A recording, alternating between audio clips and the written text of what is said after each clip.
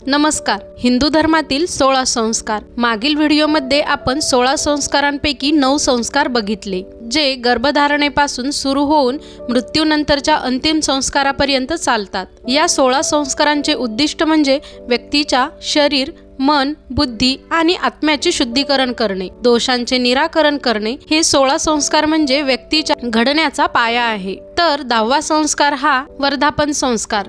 जन्म झाल्यापासून 1 वर्ष पूर्ण झाल्यावर बालकाचा तिथीनुसार जन्मदिवस साजरा केला जातो. त्यानंतरचा संस्कार हा चूडाकर्म म्हणजे चौल संस्कार किंवा मुंडन करणे, जावळ काढणे असे देखील म्हणतात. हा संस्कार शिशूच्या पहिल्या, तिसऱ्या किंवा 5व्या वर्षी केला जातो. या संस्काराद्वारे शिशूच्या डोक्यावरील केस काढले जातात. शुद्धता हा या संस्काराचा मूळ हेतू आहे. बालकाचा जन्म झाल्यावर आईच्या पोटात बाळाचे जे जावळ केस असतात ते काढणे म्हणजे चूडाकर्म करणे. तिथे फक्त शेंडी ठेवून बाकीचे केस काढावे. वैदिक मंत्रोच्चारासोबतच हा संस्कार संपन्न होतो. यानंतरचा संस्कार हा अक्षरारंभ. 16 संस्कारांपैकी हा 12वा संस्कार आहे. यामध्ये वयाच्या 5व्या वर्षी बालकाला अक्षर आरंभ करणे शिकवले जाते. अक्षरारंभ म्हणजे अक्षरांचा आरंभ. योग्य दिवशी व शुभवारी, शुभयोग व शुभ पक्ष बघून सुरुवात करावी. यावेळी गणपती, श्री लक्ष्मी देवी, श्री विष्णू, श्री सरस्वती देवी, वेद, गुरुजन, ब्राह्मण यांचे पूजन करून त्यांना वंदन करावे. सर्वप्रथम ओम लिहून मग दुसरी अक्षरे लिहावीत. याच संस्काराला पाटीपूजन असे देखील म्हणतात. यानंतरचा 16 संस्कारांपैकी 13वा संस्कार हा उपनयन संस्कार आहे. या संस्कारालाच मुंज असेही म्हणतात. उप म्हणजे जवळ आणि नयन म्हणजे घेऊन जाणे, म्हणजेच गुरुजवळ घेऊन जाणे.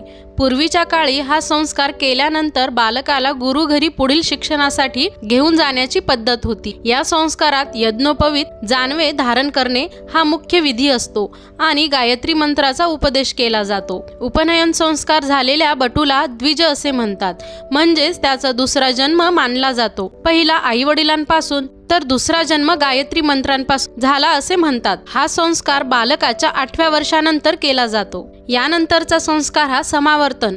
उपनयन संस्कारानंतर म्हणजेच मुंज झाल्यानंतरचा सोडमुंज हा संस्कार. पूर्वीच्या काळी गुरुकुलातून बाहेर पडताना सोडमुंज केली जायची. यावेळी गुरुला दक्षिणा दिली जायची. समावर्तनाच्या वेळी गुरु शिष्याला गृहस्थाश्रमात प्रवेश करण्यासाठी विधी पार पाडल्या जातात. मुंज संस्काराद्वारे घेतलेले ब्रह्मचर्य व्रत या संस्काराद्वारे सोडले जाते.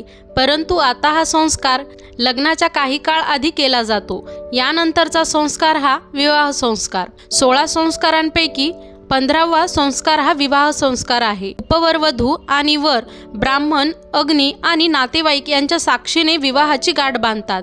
याला पाणीग्रहण असेही म्हणतात. हे एक सामाजिक बंधन आहे. विवाहामध्ये वधू आणि वर सप्तपदी घालून नाते दृढ करतात. वधू ही वराच्या घरी गृहलक्ष्मी म्हणून गृहप्रवेश करते. हिंदू संस्कृतीनुसार जे 4 ब्रह्मचार्याश्रम, गृहस्थाश्रम, संन्यासाश्रम व वानप्रस्थाश्रम सांगितले गेले आहेत, त्यातील गृहप्रस्थाश्रमाची सुरुवात ही खऱ्या अर्थाने विवाह संस्कारानंतरच होते.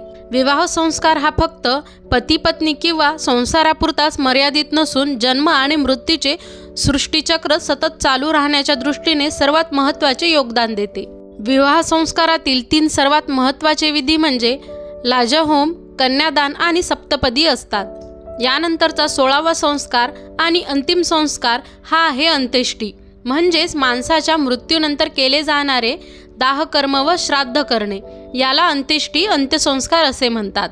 भारतीय संस्कृतीचे मूलाधार असणाऱ्या वैदिक साहित्यात मृत्यूनंतर केल्या जाणाऱ्या दहनाचे व दफनविधीचे संदर्भ आढळतात. दहन प्रसंगी म्हटल्या जाणाऱ्या प्रार्थनेत मृत शरीराला स्वतःमध्ये सामावून घेण्याची विनंती अग्नीला केली जाते.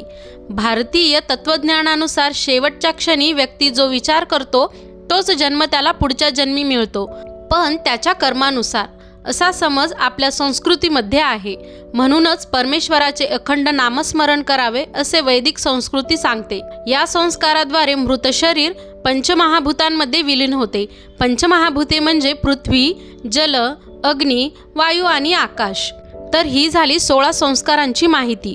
तर इथे सर्व संस्कारांची माहिती घेतल्यावर कदाचित तुमच्या मनात एक प्रश्न पडला असेल की व्यक्तीच्या मृत्यूनंतर केले जाणारे दशक्रियाविधी आणि श्राद्ध हे वैदिक संस्कारात गृहीत धरल्या जात नाहीत का?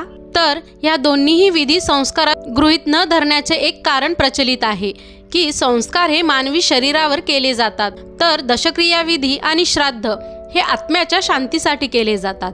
म्हणूनच या संस्कार न म्हणता फक्त विधी म्हटल्या जाते.